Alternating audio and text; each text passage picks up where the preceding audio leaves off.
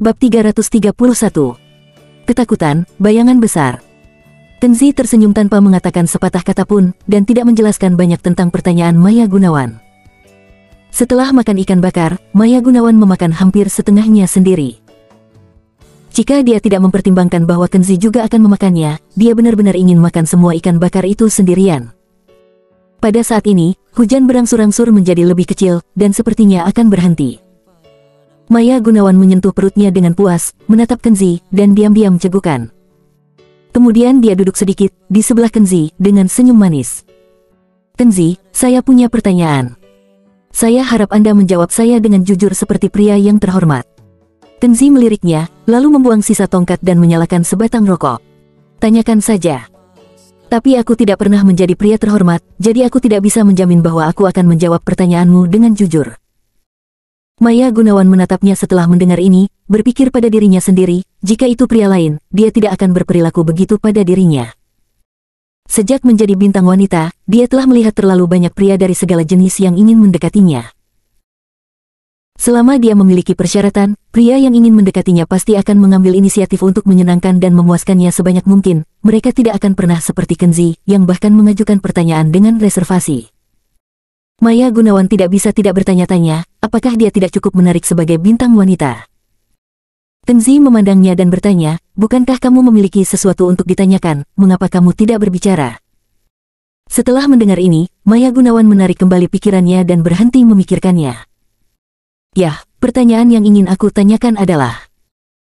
Maya Gunawan berkata dengan cerah, "Kamu, Kenzi, apakah kamu mengakuinya sekarang? Kamu adalah pria misterius yang masuk ke vilaku malam itu, bersembunyi di lemari, dan akhirnya menyelamatkan ayahku." Kenzi tahu dia akan bertanya mengenai ini pertanyaan. Dia menghirup sebatang rokok dan berkata, "Tidak masalah apakah aku dia atau bukan. Yang penting adalah beberapa hal telah berlalu, kamu harus melupakannya." Maya Gunawan tidak mengerti setelah mendengarkannya, apa artinya. "Apakah Anda menyiratkan pada saya, jangan terlalu banyak berharap, tidak ingin terlalu dekat dengan saya?" Memikirkan hal ini, Maya Gunawan merasa sedikit tersesat secara tidak sengaja. Dia akhirnya bertemu dengan seorang pria yang dia sangat tertarik padanya, tetapi dia tampaknya tidak ingin dekat dengannya, dan dia tidak terlalu tertarik pada dirinya sendiri. Maya Gunawan terdiam beberapa saat, dan dia ingin bertanya tentang hubungan antara dia dan mantan istrinya, Aurora Bliss, tetapi setelah beberapa keraguan, dia akhirnya tidak bertanya. Mereka meninggalkan lembah, setelah hujan lebat telah berhenti. Sekelompok perampok tampaknya telah mencari lagi dari hutan. Kenzi melihat sinar senter yang berkedip-kedip dan berhenti tepat waktu untuk membiarkan Maya Gunawan dan dirinya bersembunyi di rumput setinggi setengah manusia. Maya Gunawan tidak berani bernapas, dia membuka matanya lebar-lebar dan diam-diam menatap sekelompok perampok yang tidak jauh dari sana. Perlahan-lahan, dia melihat dengan jelas bahwa apa yang dia lihat adalah kelompok 3 orang. 2 memegang senjata panjang, 1 memegang pistol dan menyalakan senter, dan melihat ke bawah ke tanah dari waktu ke waktu, seolah-olah mencoba menilai arah pelarian mangsa melalui jejak kaki. Kenzi menatap ketiga pria yang mencari jalan mereka dan tertawa di dalam hatinya. Sebenarnya, para gangster itu bodoh. Jika semua orang berkumpul dan bukannya berpisah, mungkin Kenzi masih takut dengan senjata di tangan mereka. Tetapi mereka menyebar diri mereka, dan Kenzi bersembunyi dalam kegelapan. Itu masalah yang sangat sederhana untuk membantai tim yang terdiri dari 3 orang ini. Kenzi tidak melihat lebih jauh, menoleh dan berkata, "Kamu bersembunyi di sini, jangan membuat keributan, dan jangan tunjukkan kepalamu. Aku akan membunuh mereka dan kembali untuk menemuimu." Maya Gunawan segera menjadi gugup, meraih lengannya dan berkata, "Jangan pergi, aku tidak ingin tinggal di sini sendirian. Kita harus bersembunyi di sini untuk menghindari mereka, lalu meninggalkan hutan dan memanggil polisi." Kenzi berkata, "Hutan ini sangat besar, saya kira sulit untuk berjalan hingga fajar. Jika tidak membunuh mereka dan membiarkan mereka mengikuti jejak kaki untuk menemukan gua tempat Helena Swan bersembunyi, maka Helena Swan akan dalam masalah." Setelah mendengar ini, Maya Gunawan berjuang untuk waktu yang lama, dan akhirnya perlahan melepaskan tangannya.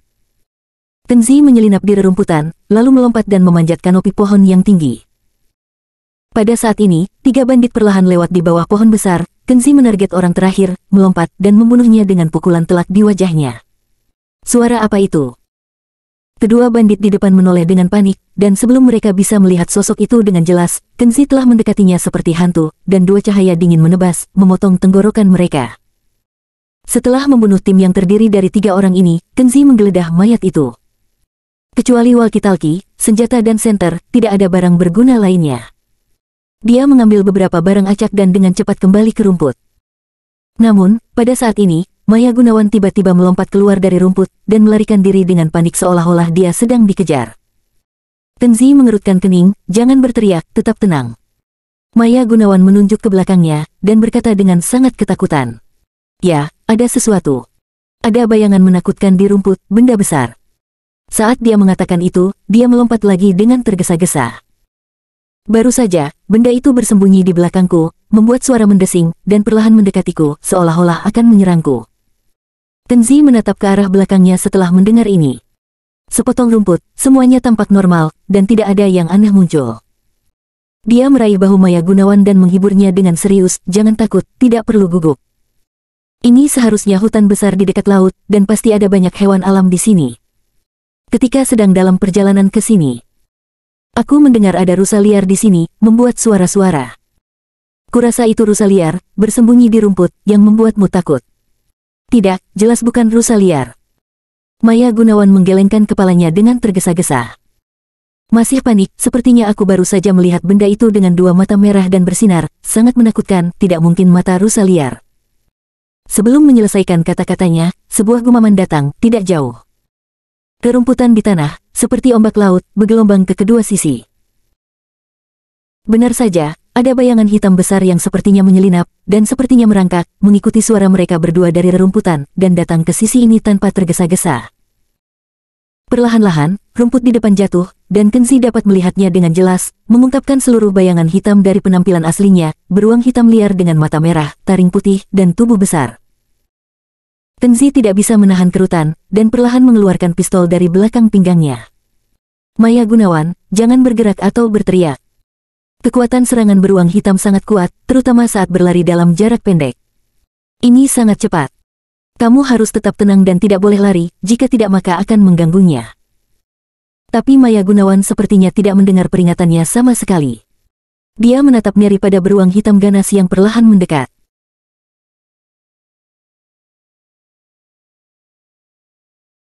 Bab 332. Beruang mata merah. Maya Gunawan melarikan diri dengan panik, dan Kenzi segera menyadari sesuatu yang buruk akan terjadi. Beruang hitam itu tampaknya terprovokasi, dan mengeluarkan raungan yang ganas, dan kemudian seperti tangki besar yang tiba-tiba bergerak, ia terbang dengan 4 cakarnya dan mengejarnya dengan sangat cepat. Karena ukurannya yang besar dan gerakannya yang lambat, beruang hitam sering dianggap sebagai binatang yang tidak gesit atau bahkan kikuk. Tapi ini adalah kesalahpahaman yang salah dan keterlaluan. Ketika beruang hitam menyerang mangsanya, tidak hanya tidak bertindak kikuk, tetapi juga sangat cepat, kekuatan ledakan dan kecepatannya yang sangat cepat dapat dengan mudah membunuh siapapun atau bahkan hewan apapun. Seperti kata pepatah, satu beruang sama dengan 3 harimau, yang merupakan penjelasan paling mudah untuk kekuatan serangan yang kuat dari binatang seperti beruang hitam. Beruang hitam terlihat besar dan tidak lincah, dan tampaknya sangat tidak peka, tetapi situasinya justru sebaliknya. Beruang hitam liar yang benar-benar ditemui di alam liar dapat berlari 2 hingga 3 kali lebih cepat daripada juara lari manusia, dan kekuatan serangannya bahkan lebih menakjubkan. Dibandingkan dengan buaya yang paling besar, kekuatan gigitannya juga mencapai 2 hingga 3 kali lipat. Hal yang paling menakutkan adalah bahwa binatang ini memiliki kulit kasar dan daging tebal, dan kemampuan anti membunuhnya sangat kuat, bahkan dalam menghadapi senapan yang ganas, sulit untuk membunuh binatang seperti beruang dengan satu tembakan. Menghadapi beruang hitam yang kesal, seperti tersesat ke wilayah beruang hitam, harimau, raja binatang dalam pengertian biasa, tidak dapat bersaing dengan beruang hitam, itu sebabnya pepatah bahwa satu beruang sama dengan 3 harimau berasal dari sini.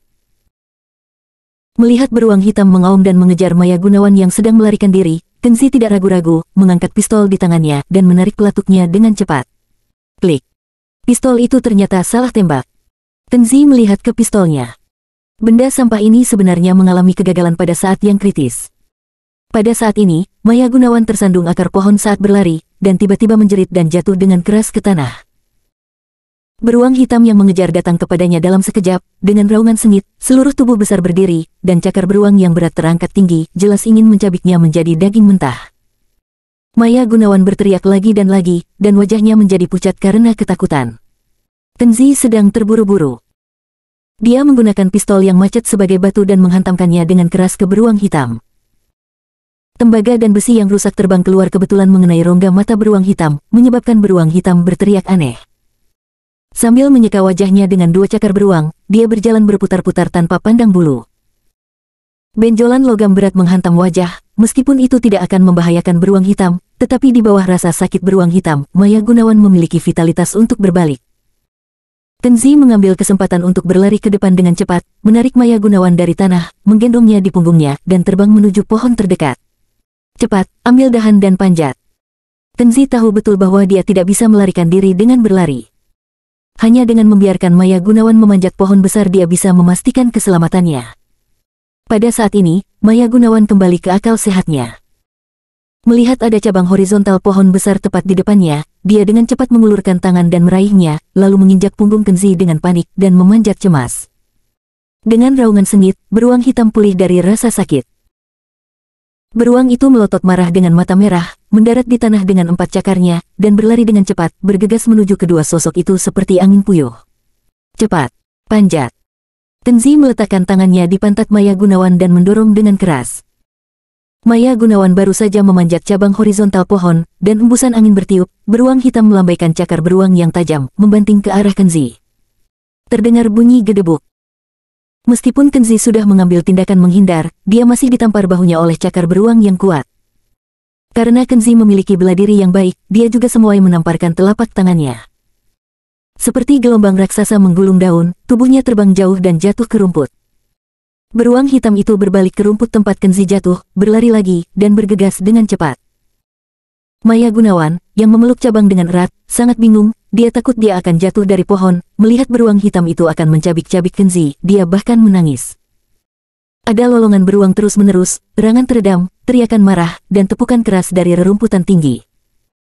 Maya Gunawan tahu bahwa Kenzi sedang melawan beruang hitam mati-matian jadi dia tidak bisa menahan tangis seperti hujan. Dia tidak tahu apa yang akan terjadi pada Kenzi, mungkin dia akan dihancurkan berkeping-keping oleh beruang hitam, mungkin dia akan digigit sampai mati oleh beruang hitam.